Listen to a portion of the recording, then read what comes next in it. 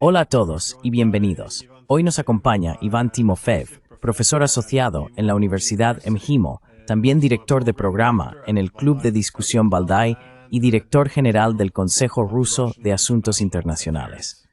Así que viniendo desde Moscú en su coche, me alegra mucho volver a hablar contigo. Hola Glenn, me alegra verte de nuevo. Gracias por la invitación.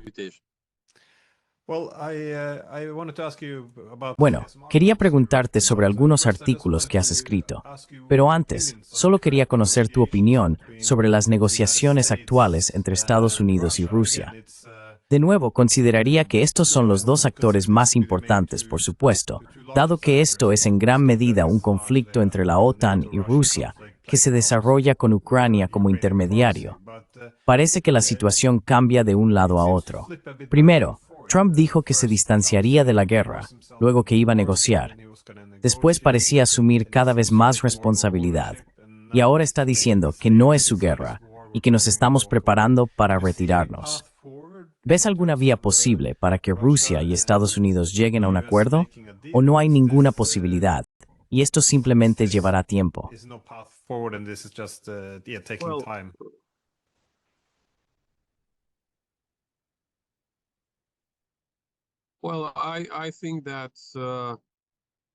Bueno, creo que para responder a esta pregunta, deberíamos intentar entender los intereses de Estados Unidos, según los ve el presidente Trump.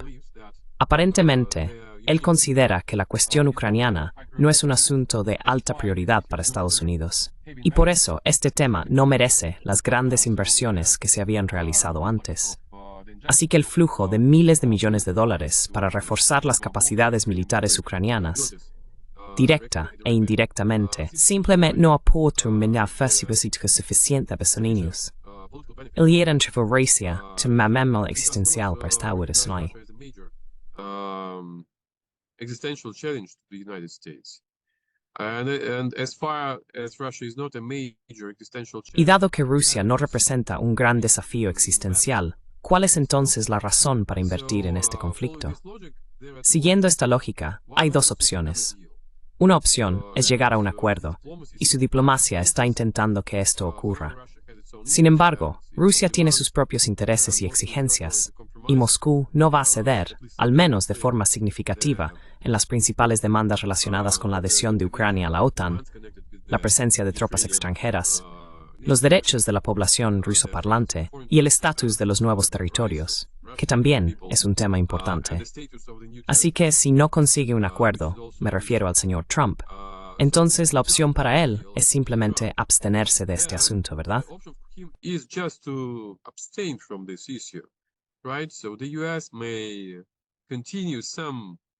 Así que es posible que Estados Unidos continúe proporcionando algunos recursos a Ucrania, pero Ucrania perderá, en este escenario, su importancia como tema principal para Estados Unidos. El señor Zelensky solía ser un héroe en la comunidad política estadounidense en los primeros años de este conflicto. Ahora, Ucrania es algo importante, pero no tan novedoso ni tan demandado en Washington, D.C. bajo la nueva administración. Así que ambas opciones son posibles. Creo que intentará llegar a algún acuerdo. La cuestión es la sostenibilidad y durabilidad de ese acuerdo.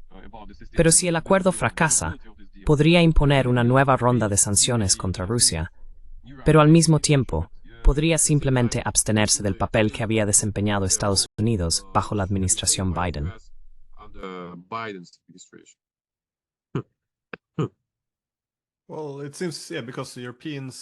Bueno, parece que, dado que los europeos y los ucranianos están en un lado y los rusos en el otro, hay una brecha enorme entre ellos. Da la impresión de que está dando un ultimátum, o se llega a un acuerdo, o nos retiramos, y que esta presión está dirigida a los primeros.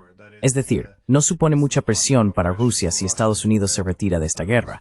De hecho, sería muy beneficioso para ellos. Pero por otro lado, Estados Unidos realmente no tiene ninguna palanca para presionar a Rusia. Ya se le ha lanzado todo y lo ha absorbido.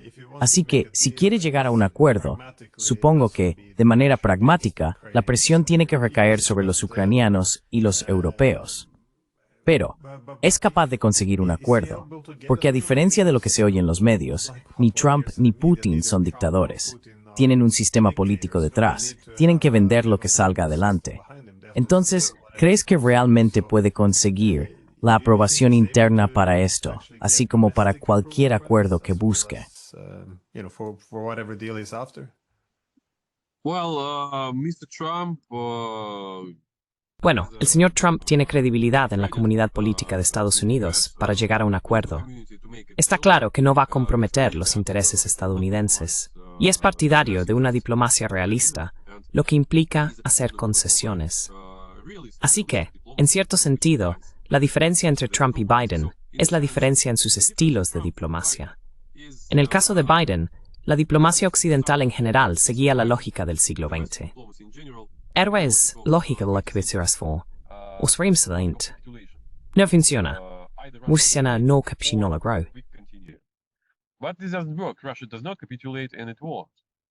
As far as the leverage is not as En la medida en que la presión no es lo suficientemente eficaz como para forzar la capitulación rusa, la diplomacia pasa entonces al estilo del siglo XVIII, cuando las disputas militarizadas rara vez llevaban al colapso del adversario. Estos conflictos solían terminar con acuerdos, con pactos, ¿verdad? Así que Trump ahora está siguiendo este estilo de diplomacia del siglo XVIII, en lugar del estilo del siglo XX. En este sentido, es razonable esperar una disposición a algún tipo de concesiones mutuas. Y creo que ambos líderes cuentan con la legitimidad y la confianza necesarias en sus sociedades, en sus sistemas políticos, para llegar a un acuerdo de este tipo, e incluso para hacer que algunos compromisos sean aceptables para cada parte. to each side.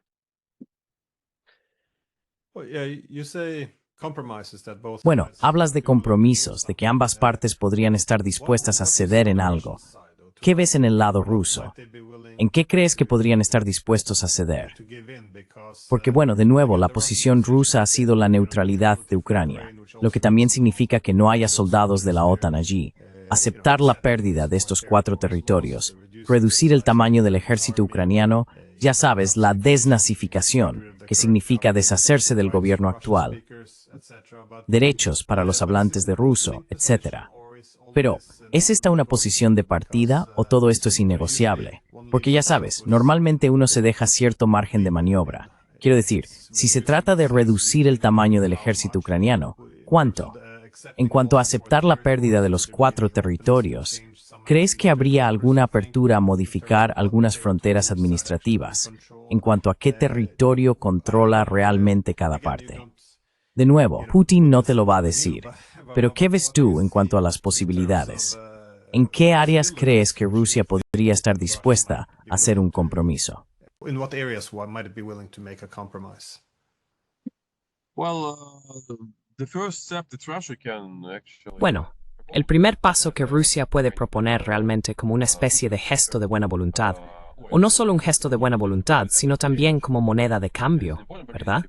Y es una moneda de cambio importante. Es un acuerdo para un alto el fuego. Para la diplomacia rusa, un alto el fuego no es un objetivo en sí mismo. Puede ser un instrumento para lograr objetivos más amplios. Y es una moneda de cambio, ¿verdad? Porque el ejército ruso está avanzando paso a paso, y la situación para Ucrania está empeorando, ¿verdad? Así que si el ejército ruso se detiene, esto en sí mismo sería una especie de concesión por nuestra parte, ¿verdad? En cuanto a los parámetros más amplios, diría que los puntos que has mencionado seguirían estando ahí, pero mucho depende de los detalles, ¿verdad? But a lot depend on details, right? So, if we Así que si observamos, por ejemplo, los parámetros de la línea divisoria entre los 2 ejércitos y la creación de una nueva frontera, habrá un debate, ¿verdad?, sobre cómo establecerla. ¿Habría algún espacio neutral entre estos ejércitos? ¿Cuáles serían las nuevas fronteras reconocidas por, o en realidad aceptadas por Rusia como aceptables, verdad? Y de nuevo, está claro que Crimea no es un tema de discusión en absoluto. Pero, ¿qué pasa con la presencia de tropas rusas en el Oblast de Kharkov, en el Oblast de Sumy, por ejemplo? No están reconocidos como parte de Rusia, pero algunas partes de estos oblasts están controladas por tropas rusas. Parts of these oblasts are controlled by the Russian troops. Again, this is another bargaining chip. Here we may have a space. De nuevo, esto es otra moneda de cambio. Aquí puede que tengamos cierto margen de maniobra. En cuanto a la República Popular de Donetsk, de nuevo, la pregunta es, ¿hasta qué punto estarían los estadounidenses dispuestos a reconocer el control de los rusos y sobre qué territorio? ¿Sería el territorio que está controlado de facto? ¿O serían las fronteras administrativas, lo cual dudo, o algo diferente? Pero volviendo a estas monedas de cambio, creo que en manos rusas, el alto el fuego es uno de los frutos más fáciles de conseguir. Es algo que se puede intercambiar por ciertas obligaciones en otros asuntos. For some obligations on other issues. Parece que sería muy difícil venderlo. Sin embargo, si como dices, en Rusia ahora se percibe que Ucrania está al borde del colapso, los estadounidenses se están retirando, y ya sabes, en el umbral de la victoria, uno aceptaría un alto el fuego en el que los europeos han dicho que seguirán enviando armas. Ya sabes, los británicos dicen que podrían enviar tropas. ¿No sería esto muy difícil de aceptar en Rusia o requeriría algo significativo a cambio para poder justificarlo este conflicto? Well, I believe that Bueno, creo que la aparición de tropas occidentales en Ucrania es inaceptable para Rusia y es bastante peligrosa para Occidente en general, ¿verdad? Porque si el conflicto se reinicia en algún momento, ¿cuál sería entonces el papel de este grupo? ¿Se verían involucrados en un nuevo enfrentamiento militarizado? Y si es así, ¿cuál sería la dirección de la OTAN? Y los miembros de la OTAN, el resto de ellos, están preparados para involucrarse en una disputa militarizada con Rusia, en una guerra con Rusia, ¿verdad? Así que es una gran cuestión. En cuanto a otros parámetros, diría que Rusia puede negociar algunos detalles, pero si se satisfacen estas demandas principales, aunque se tengan en cuenta algunas concesiones a nivel de tecnicismos o tácticas, etc., entonces podremos ver los resultados de la guerra, de la campaña militar, y esto será apoyado por la sociedad, en mi opinión. this will be supported by the society, in my view. Quería cambiar un poco hacia un tema más amplio, porque Rusia y Estados Unidos no solo están hablando sobre Ucrania. Se reconoce que están preparándose para un nuevo orden mundial, en efecto. Y parte de la discusión tiene que ver con un artículo que escribiste recientemente que trata sobre el debate en torno al Nord Stream. Para quienes no lo hayan seguido, esto es, después de la destrucción del Nord Stream, que supongo que ahora todo el mundo reconoce que fue obra de Estados Unidos, si no directamente, lo cual probablemente fue así, al menos con su visto bueno y asistencia. Pero aún así, ahora hay conversaciones entre Rusia y Estados Unidos para reactivar este gasoducto, pero en lugar de ser un proyecto entre Europa y Rusia, sería un proyecto estadounidense, si no me equivoco. Rush project, if I'm not mistaken. How do you see this as being? ¿Ves esto como algo probable? Porque, por un lado, a los estadounidenses nunca les gustó que Europa se volviera demasiado dependiente de Rusia. Incluso desde la Guerra Fría, como mencionas, querían interrumpir la cooperación energética entre los rusos y los europeos. Por otro lado, esto también consolidaría más poder para Estados Unidos sobre los europeos. Además, les daría ingresos adicionales, y Rusia podría diversificar sus ventas, así que es una especie de situación en la que todos ganan. Bueno, no para los europeos, pero sí para Estados Unidos y Rusia. Entonces, aún así, ¿crees que esto avanzará? Porque parece chocar con algunos de los intereses tradicionales de los estadounidenses, al menos. Well, yeah, you're right that there is a legacy of the U.S. Bueno, sí, tienes razón en que existe un legado de contramedidas estadounidenses frente a los proyectos de gasoductos rusos. Trump, en su primer mandato, solía ser un defensor y un abanderado de la contención de los proyectos rusos. Rutas alternativas que conectarían directamente a Rusia con los mercados europeos, con los mercados de la UE. Así que ahora, bueno, hay especulaciones sobre posibles cambios, aunque no hay ninguna declaración oficial al respecto. Ninguna declaración oficial, más bien, solo especulaciones en los medios. Así que realmente hay muchos obstáculos para la cooperación entre Estados Unidos y Rusia en este ámbito, junto con este legado político que mencioné. También existe un obstáculo técnico que implica la dificultad de reparar las 3 líneas del Nord Stream 2. Así que llevará tiempo, requerirá inversiones. Nord Stream 2, so it will take time, it will take investments, and Americans, by the way, will have to make exemptions. Y por cierto, los estadounidenses tendrán que hacer excepciones en su propia legislación, que impone sanciones a quienes proporcionan buques para gasoductos, ¿verdad? Así que tendrán que reconsiderar su propia legislación. Y hablando política y económicamente, los estadounidenses se sienten bastante cómodos ocupando el mercado energético de la UE. Así que el resurgimiento del gas natural ruso podría contradecir los intereses estadounidenses a largo plazo.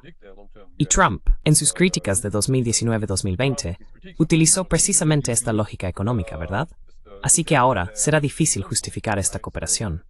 En resumen, simplemente no me creo la idea ni la especulación sobre una cooperación entre Estados Unidos y Rusia en este ámbito, aunque por supuesto puedo estar equivocado. Ya veremos. Cooperation Nord Stream 2, but I may be mistaken, of course. We'll see. Yeah, because well, the Porque bueno, al final pensé que era previsible que en algún momento los europeos, si quieren reactivar sus economías, necesitarán restablecer la cooperación económica con Rusia. Y de hecho, para los estadounidenses también sería ventajoso que Europa no se debilite demasiado, que puedan reindustrializarse o acceder a la energía. Así que, si esto va a ocurrir de todos modos, supongo que sería mejor para los estadounidenses que todo suceda bajo su control.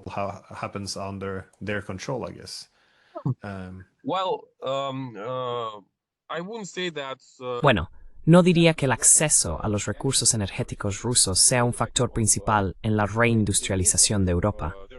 Hay muchos otros factores, aunque la energía, por supuesto, importa, y el gas natural ruso sigue estando en el mercado, aunque en volúmenes y proporciones mucho menores, ¿verdad? Así que este es solo un factor que es importante, pero no el principal, diría yo. Y en cuanto a la cooperación económica entre Estados Unidos y Rusia, solía ser bastante reducida antes del conflicto en Ucrania. El comercio entre Estados Unidos y Rusia ascendía solo a la mitad del comercio de Estados Unidos con Bélgica.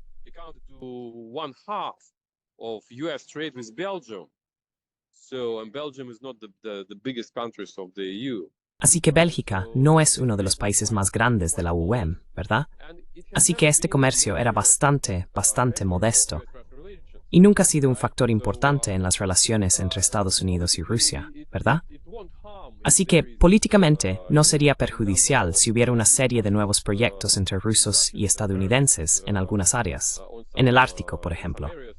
En el Ártico, también existen regímenes de sanciones que impiden la participación de empresas estadounidenses en estos proyectos. Tendrían que revocar, eximir o suspender estos regímenes de sanciones, ¿verdad?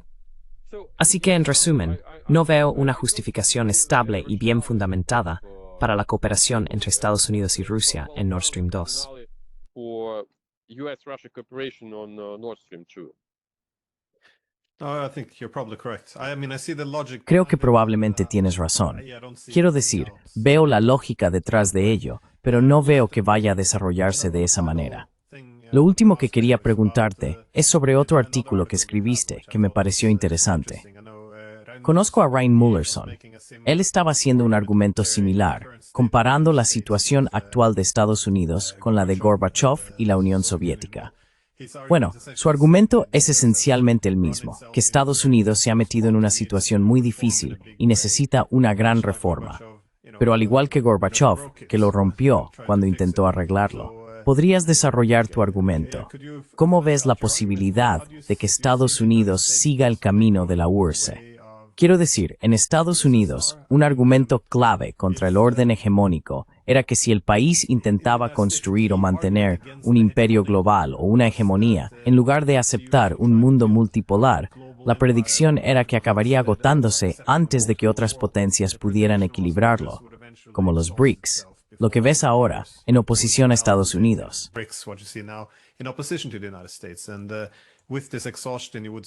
Y con este agotamiento lo verías reflejado en la economía, como ya has visto. Ves cómo se acumulan los problemas sociales que también hemos visto, polarización política, violencia política. Así que de nuevo, las cosas no pintan bien. Necesitan hacer cambios enormes y podrían romperse en este proceso. No estoy seguro de que nadie en el mundo realmente se beneficie de un colapso en Estados Unidos. Es mejor que Estados Unidos acepte una posición más moderada en el mundo. Pero sí, dicho esto, independientemente de estar a favor o en contra de algo, ¿qué estás viendo? ¿Cómo lo ves tú? Puedes desarrollar el argumento, supongo. Well, it's a big topic, and you're right that Es un tema importante, y tienes razón al decir que la similitud entre la agenda de Trump y la de Gorbachev está en la idea de que los recursos deben concentrarse, que sus activos problemáticos deben reducirse, y que estos activos problemáticos implican cargas geopolíticas excesivas.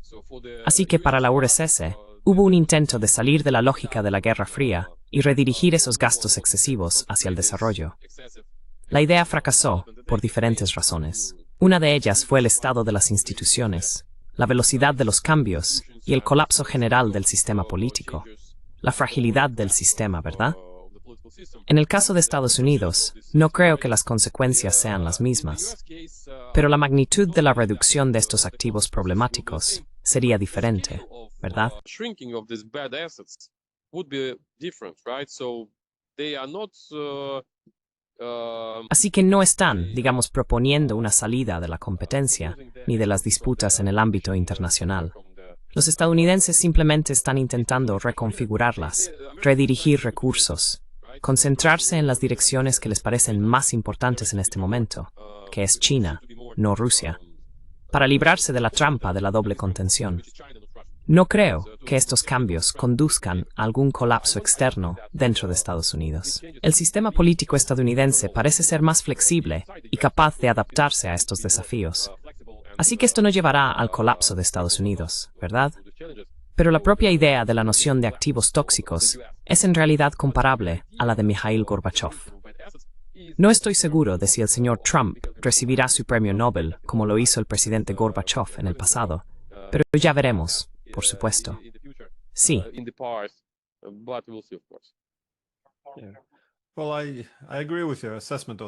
Bueno, estoy de acuerdo con tu valoración al respecto.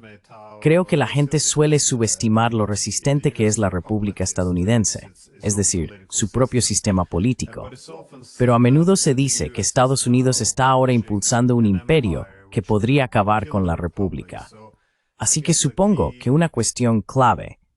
Yo veo que la principal debilidad esencialmente de Trump y de las políticas de reorganización de América y del mundo es que suponen más una amenaza para el imperio que para la república. Así que tú escribes, por ejemplo, sobre intentar fortalecer la posición de la república estadounidense, consolidando parte del control que conllevan algunas de las políticas que hemos visto, como la amenaza de tomar Groenlandia, amenazas más ambiguas contra Canadá, lo que realmente hicieron con el Canal de Panamá y este tipo de cosas.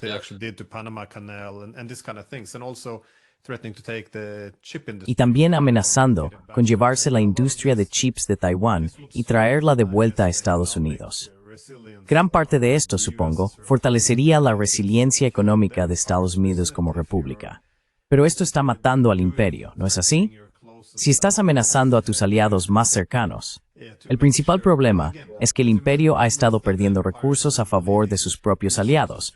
Por eso Trump se retiró del Telecan y de la Asociación Transpacífica. ¿No sería hacer lo contrario bueno para Estados Unidos, pero malo para el imperio?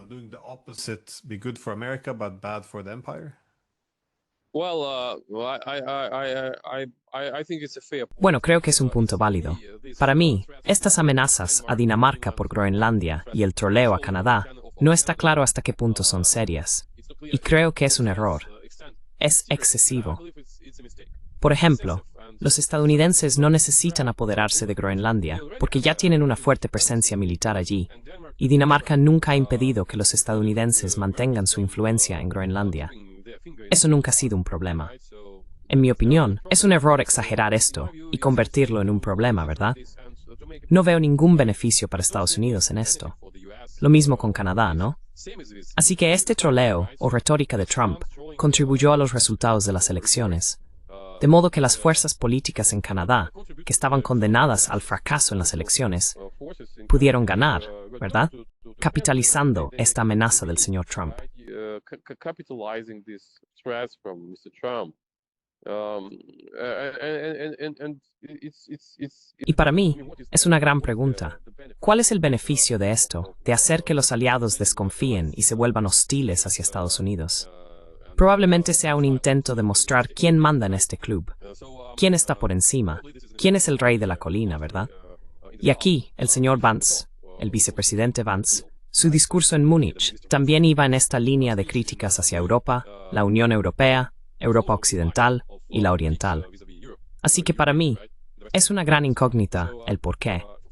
Creo que esto podría considerarse en el futuro como un error de esta administración. May be regarded in the future as a mistake of this administration. No, it probably is. I mean, you mentioned Vance. No, probablemente lo sea. Quiero decir, mencionaste a Vance. Él también estaba argumentando que tienes que crear una narrativa si vas a, bueno, por ejemplo, apoderarte del territorio de un aliado clave. Y la declaración que hizo de que a Dinamarca no le importa Groenlandia, y también que Dinamarca ha sido un aliado terrible para Estados Unidos. Quiero decir, Dinamarca ha hecho casi, no casi, han hecho todo lo que Estados Unidos les ha dicho que hagan. Así que ve, uno de los aliados más evidentes.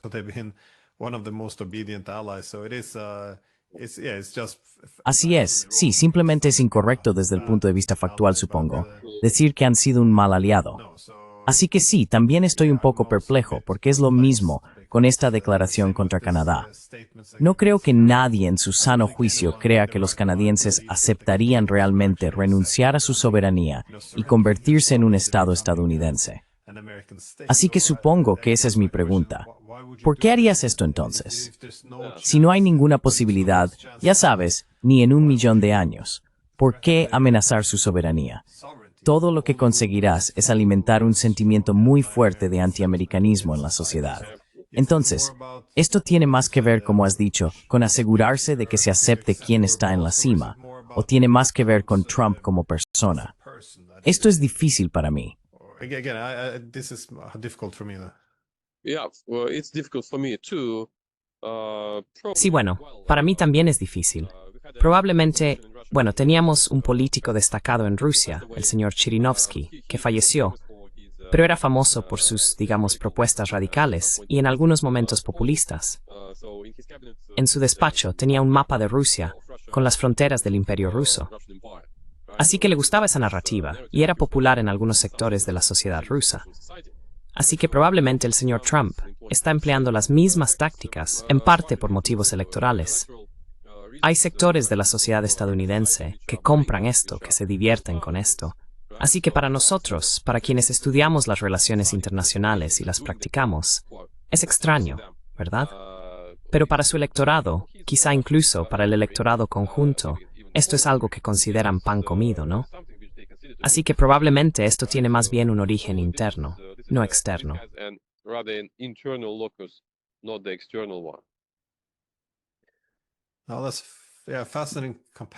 Es una comparación fascinante, sin embargo, con Chirinovsky, porque yo también lo vi en ese aspecto. Puedo entender su popularidad saliendo de los años 90, cuando Rusia había sido rota y humillada, y entonces aparece alguien que prácticamente reclama Alaska, y también Polonia. Puedo comprender que cuando uno está humillado, alguien utilice esa retórica agresiva de reivindicar la grandeza. Y por supuesto, eso atrae a una multitud. Y supongo que ahora que Estados Unidos está atravesando diferentes, bueno, no lo mismo, pero enormes, dificultades, siempre han ido de fortaleza en fortaleza, pero ahora están debilitados. Así que puedo entender por qué alguien que muestra esa cantidad de fuerza y que incluso presiona a sus propios aliados puede resultar atractivo para una audiencia. En fin, Ivan Timofeev, siempre es un placer hablar contigo. Así que, de nuevo, muchas gracias. Gracias, Glenn. Adiós. Bye.